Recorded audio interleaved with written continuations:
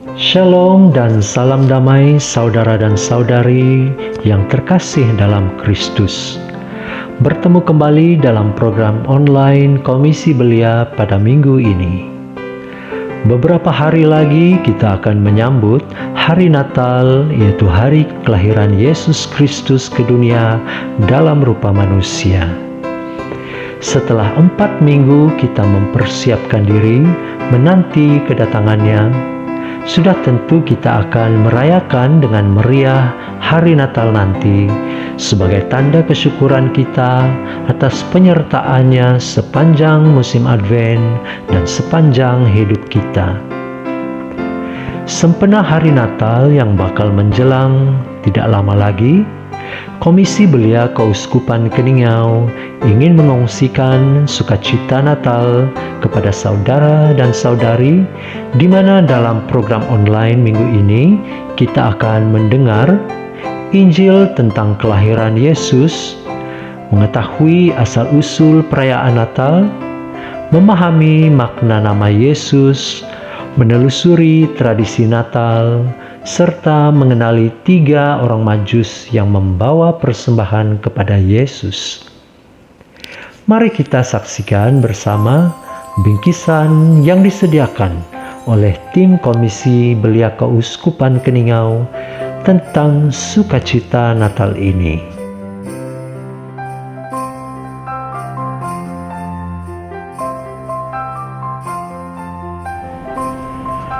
Pada waktu itu, Kaisar Agustus mengeluarkan suatu perintah menyuruh mendaftarkan semua orang di seluruh dunia. Inilah pendaftaran yang pertama kali diadakan sewaktu Quirinius menjadi wali negeri di Syria. Maka pergilah semua orang mendaftarkan diri masing-masing di kotanya sendiri. Demikian juga Yusuf pergi dari kota Nazaret di Galilea ke Yudea, ke kota Daud yang bernama Bethlehem, karena ia berasal dari keluarga dan keturunan Daud, supaya didaftarkan bersama-sama dengan Maria, tunangannya, yang sedang mengandung. Ketika mereka di situ, tibalah waktu bagi Maria untuk bersalin. Dan ia melahirkan seorang anak laki-laki, anaknya yang sulung, lalu dibungkusnya dengan lampin dan dibaringkannya di dalam palungan, karena tidak ada tempat bagi mereka di rumah penginapan. Di daerah itu ada gembala-gembala yang tinggal di padang menjaga kawanan ternak mereka pada waktu malam. Tiba-tiba berdirilah seorang malaikat Tuhan di dekat mereka, dan kemuliaan Tuhan bersinar meliputi mereka, dan mereka sangat ketakutan. Lalu kata malaikat itu kepada mereka, "Jangan takut, sebab sesungguhnya aku memberitakan kepadamu kesukaan besar untuk seluruh bangsa. Hari ini telah lahir bagimu juru selamat, yaitu Kristus Tuhan di kota Daud. Dan inilah tandanya bagimu. Kamu akan menjumpai seorang bayi dibungkus dengan lampin dan terbaring di dalam palungan." Dan tiba-tiba tampaklah bersama-sama dengan malaikat itu sejumlah besar bala tentera sorga yang memuji Allah, katanya, "Kemuliaan bagi Allah di tempat yang maha tinggi, dan damai sejahtera di bumi di antara manusia yang berkenan kepadanya." Setelah malaikat-malaikat itu meninggalkan mereka dan kembali ke surga, gembala-gembala itu berkata seorang kepada yang lain, "Marilah kita pergi ke Bethlehem untuk melihat apa yang terjadi di sana, seperti yang diberitahukan Tuhan kepada kita."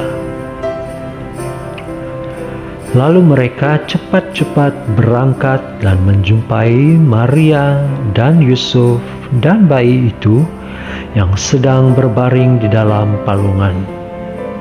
Dan ketika mereka melihatnya, mereka memberitahukan apa yang telah dikatakan kepada mereka tentang anak itu. Dan semua orang yang mendengarnya heran tentang apa yang dikatakan gembala-gembala itu kepada mereka. Tetapi Maria menyimpan segala perkara itu di dalam hatinya dan merenungkannya. Maka kembalilah gembala-gembala itu sambil memuji dan memuliakan Allah karena segala sesuatu yang mereka dengar dan mereka lihat, semuanya sesuai dengan apa yang telah dikatakan kepada mereka.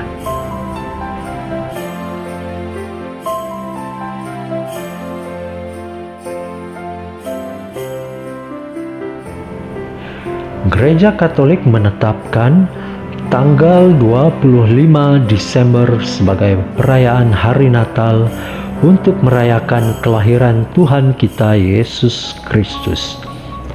Gereja Katolik sendiri yang merupakan gereja purba telah merayakan Hari Natal sejak abad pertama Gereja Katolik bermula. Bapak Gereja Theophilus yang merupakan uskup Caesarea di Palestina pada tahun 115 hingga 181 Masehi diyakini adalah orang pertama yang secara jelas dan berstruktur memberikan pernyataan mengenai Natal.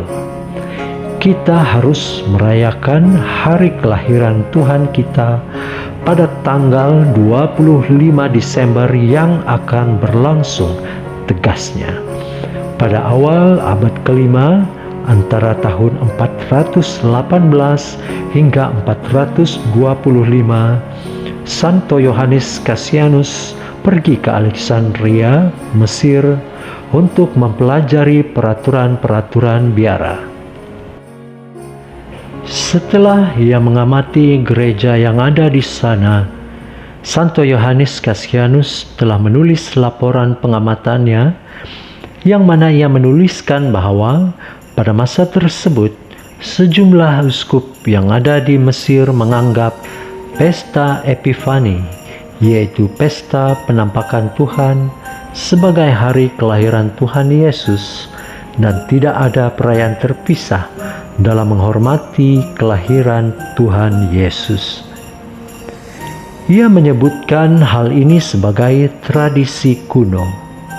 Kebiasaan lama ini segera memberi jalan bagi tradisi baru, di mana hari Natal sendiri telah diperkenalkan di Mesir sekitar tahun 418 dan 432 Masehi, dan peristiwa ini telah menjadi bukti kuat asal-usul perayaan sambutan hari Natal. Santo Hippolytus dari Roma, yang dahulunya adalah seorang anti Bapa Suci pada masa penggembalaan Bapa Suci Santo Zefrinus, Bapa Suci Santo Callistus pertama, Bapa Suci Santo Urbanus pertama, dan Bapa Suci Santo Pontianus, juga menyatakan bahwa Yesus Kristus lahir pada tanggal 25 Desember.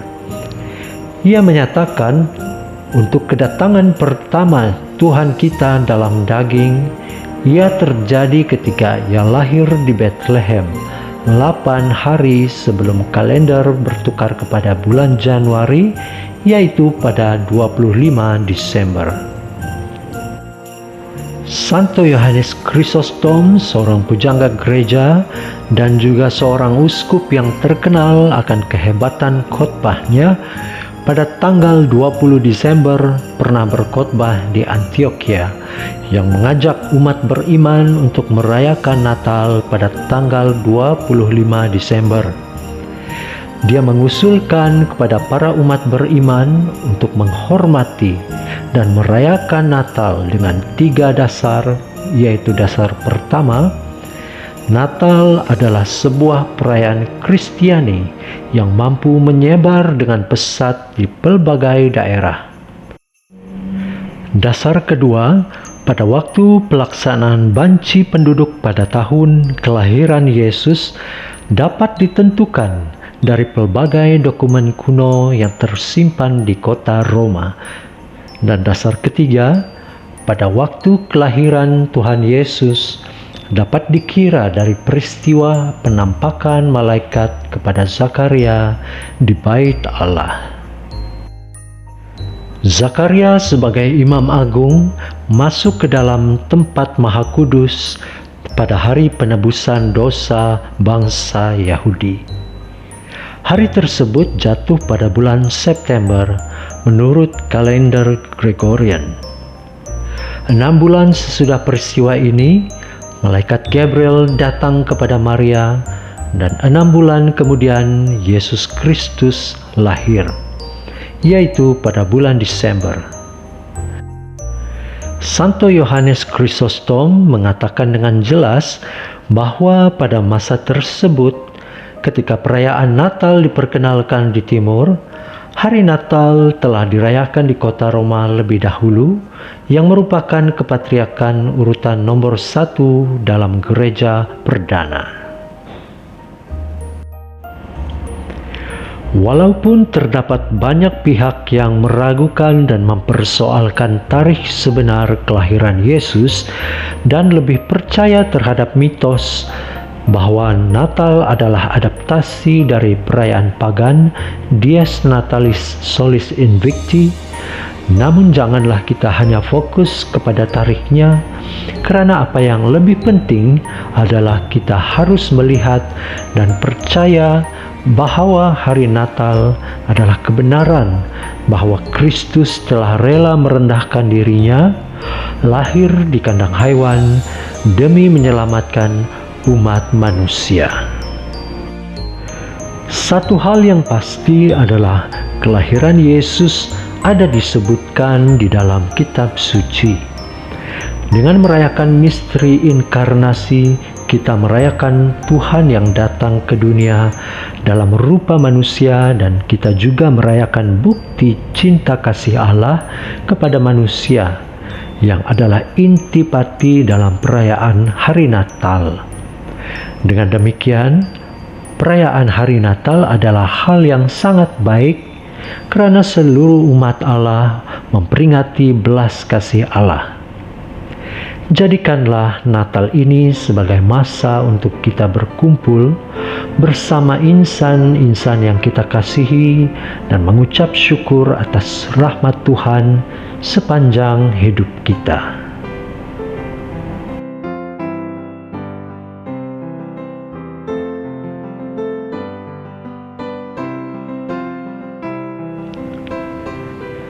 Saudara dan saudari, Yesus adalah nama yang diberikan oleh malaikat Gabriel sewaktu pewartaan kabar gembira kepada Maria, di mana nama Yesus membawa arti Allah yang menyelamatkan.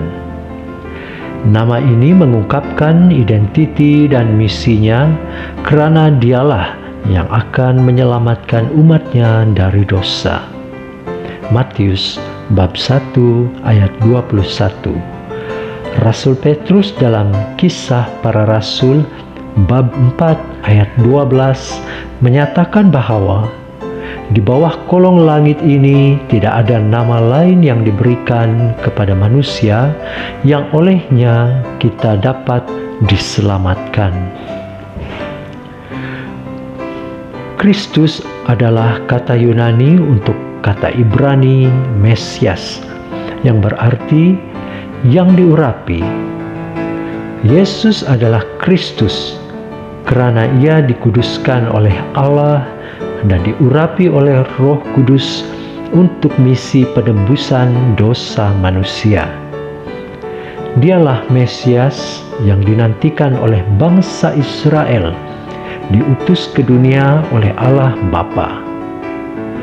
Dari nama Kristus inilah wujudnya sebutan orang Kristen. Yesus adalah putra Allah dalam arti yang istimewa dan sempurna. Pada saat pembaptisan dan transfigurasi, Allah Bapa bersuara dengan menyebut Yesus sebagai putranya yang terkasih. Dalam mengenalkan dirinya sebagai sang putra yang mengenal Bapa, Yesus menegaskan relasinya yang tunggal dan kekal dengan Bapanya. Dalam tradisi Yahudi, setiap perutusan, pengangkatan sebagai raja, imam, dan nabi didahului dengan pengurapan. Maka sudah selayaknya Yesus yang memikul tugas terbesar dalam karya penyelamatan Allah, yaitu untuk membebaskan manusia dari belenggu dosa, mengambil nama Kristus yang bermaksud yang diurapi. Ini menyatakan bahwa pribadi inilah yang memang diutus Allah untuk memikul tugas darinya. Santo Irenaeus mengajarkan bahwa nama Kristus mengandungi dimensi Trinity, yaitu Ia Bapa yang mengurapi, Ia Putra yang diurapi, dan urapan itu sendiri Roh Kudus. Selain daripada itu, kita pasti selalu mendengar nama Immanuel yang juga merujuk kepada Tuhan kita Yesus Kristus. Nama Immanuel ada disebutkan dalam kitab suci, yaitu kitab Yesaya dan juga dalam Injil Matius. Immanuel adalah sebuah nama yang berasal dari bahasa Ibrani. Nama ini terdiri dari dua kata Ibrani, yaitu El yang berarti Allah dan Imanu yang artinya beserta kita atau bersama kita atau dengan kita. Jika digabungkan, maka Immanuel artinya Allah beserta kita. Pada zaman dahulu, banyak bangsa Yehuda yang menggunakan kata ini, terutama pada saat mereka berada dalam kesesakan. Berkat pertolongan Immanuel, bangsa Yehuda telah bebas dari kesesakan yang mereka hadapi. Kebebasan ini mereka rasakan karena mereka percaya akan janji Tuhan bagi orang percaya, dan itulah sebabnya mengapa mereka amat menghargai kata Immanuel ini.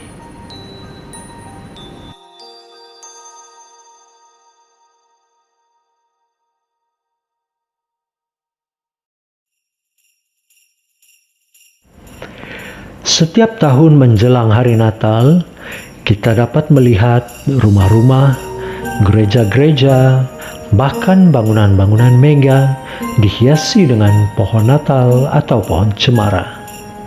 Sejarah pohon Natal ini dapat ditelusuri sejak abad ke-8, sewaktu Santo Bonifacius, yaitu seorang uskup Inggris yang menyebarkan iman Katolik di Jerman pada tahun 675 hingga 754. Sewaktu ia meninggalkan Jerman dan pergi ke kota Roma sekitar 15 tahun lamanya, umat yang ia tinggalkan di Jerman kembali lagi kepada kebiasaan mereka untuk mempersembahkan korban berhala di bawah pokok oak. Namun dengan berani, Santo Bonifacius menentang hal ini dan kemudian menebang pokok oak tersebut. Para umat kemudian bertanya kepadanya tentang bagaimanakah cara mereka untuk merayakan hari Natal. Lalu Santo Bonifacius kemudian menuding jarinya ke arah pohon cemara atau pine yang melambangkan damai dan kekekalan, karena pohon ini senantiasa berwarna hijau sepanjang tahun. Selain itu, oleh karena bentuknya juga meruncing ke atas, maka itu mengingatkan kita akan surga. Bentuk pohon ini yang berupa segitiga dan menjulang ke atas serta malar hijau daunnya sepanjang tahun mengingatkan kita akan misteri Tritunggal, Allah yang kekal untuk selama-lamanya, yang turun ke dunia dalam diri Kristus untuk menyelamatkan manusia. Maka oleh yang demikian, walaupun tradisi pohon cemara tidak tampak pada zaman dan tempat asal Yesus, penggunaan pohon cemara ini tidak bertentangan dengan pengajaran kitab suci, karena dalam hal ini apa yang penting adalah maknanya, yaitu untuk mengingatkan umat Kristen agar sentiasa ingat akan kasih Allah Bapa Tritunggal yang kekal selamanya, yang dinyatakan dengan kelahiran Yesus Sang Putra ke dunia demi menebus dosa manusia.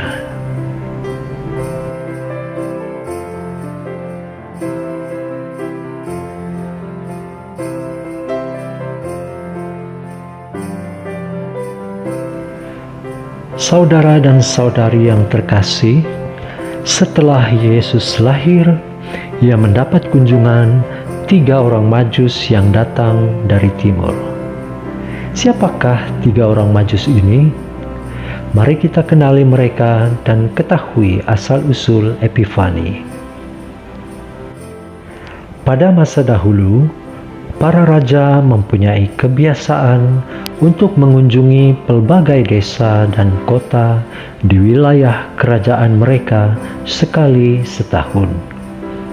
Mereka akan mengadakan pertemuan untuk membuat keputusan, sama ada keputusan pengadilan ataupun politik. Kunjungan seperti ini bermaksud untuk mengingatkan rakyat bahwa raja masih mengendalikan kekuasaan. Dalam bahasa Yunani, kunjungan seperti ini disebut Epifania, yang artinya untuk menampakkan diri atau untuk menunjukkan kekuasaan. Tuhan menampakkan diri atau Epifani kepada dunia ketika ia datang di Bethlehem. Sarjana dari timur, atau lebih dikenali sebagai orang-orang Majus, adalah seperti utusan untuk menyambut kedatangannya. Menurut catatan, kata Majus berasal dari bahasa Yunani, yaitu magos atau magio, yang dipercayai adalah anggota dari kalangan imam Persia kuno yang dapat mentafsir bintang di langit. Sesungguhnya, pada zaman Alkitab ditulis di Persia, pengetahuan tentang astrologi dan astronomi amatlah penting dan mempunyai peranan tersendiri. Herodotus, seorang ahli sejarah pada abad ke-5 sebelum Masehi, juga membuktikan adanya peranan astrologi yang kuat di kalangan imam di Persia. Kunjungan para Majus ini telah dinubuatkan dalam Perjanjian Lama dalam kitab Bilangan bab 24 ayat 17, di mana Bilian menubuatkan kedatangan Mesias yang akan ditandai oleh bintang. Aku melihat dia, tetapi bukan sekarang. Aku memandang dia, tetapi bukan dari dekat. Bintang terbit dari Yakub, tongkat kerajaan timbul dari Israel. Demikian juga di dalam kitab Mazmur bab 72 ayat 10 hingga 11. Kiranya raja-raja dari Tarsis dan pulau-pulau membawa persembahan-persembahan. Kiranya raja-raja dari Sheba dan Seba menyampaikan upeti. Kiranya semua raja sujud menyembah kepadanya, dan segala bangsa menjadi hambanya. Pernyataan serupa juga dinubuatkan oleh Nabi Yesaya dalam kitab Yesaya bab 60 ayat 6. Mereka semua akan datang dari Sheba, akan membawa emas dan kemenyan, serta memberitakan perbuatan masyhur Tuhan. Sejak abad ke-7, Gereja Katolik mengenal pasti nama 3 orang Majus yang datang dari timur ke Yerusalem untuk menyembah Kristus, di mana mereka berjalan dengan berpandukan pada bintang yang bersinar terang. Mereka ialah Melchior, Kasper, dan Baltazar. Santo Bin pada tahun 735 menulis tentang hal ini dalam Excepta et Collectania, bahwa orang Majus adalah mereka yang memberikan persembahan-persembahan kepada Allah. Yang pertama bernama Melchior, seorang tua dengan rambut putih dan janggut panjang yang mempersembahkan emas, yaitu logam yang sangat berharga, melambangkan pribadi Yesus Kristus sebagai hadiah yang sangat mahal dari Allah untuk manusia. Yang kedua bernama Kasper, seorang yang muda dan bersih wajahnya yang mempersembahkan kemenyan sebagai lambang imamat Yesus Kristus yang datang ke dunia untuk mempersembahkan seluruh hidupnya bagi kemuliaan Bapa di surga dan bagi keselamatan umat manusia. Yang ketiga berkulit gelap serta berjanggut tebal bernama Baltazar yang mempersembahkan minyak mur, melambangkan kematian Yesus, di mana tubuhnya diurapi saat pemakamannya. Sebelum ini, Hari Raya Epifani disebut sebagai Pesta Tiga Raja, namun kini disebut sebagai Pesta Penampakan Tuhan. Dan ianya adalah akhir bagi perayaan Hari Natal yang akan memasuki minggu biasa dalam kalender liturgi.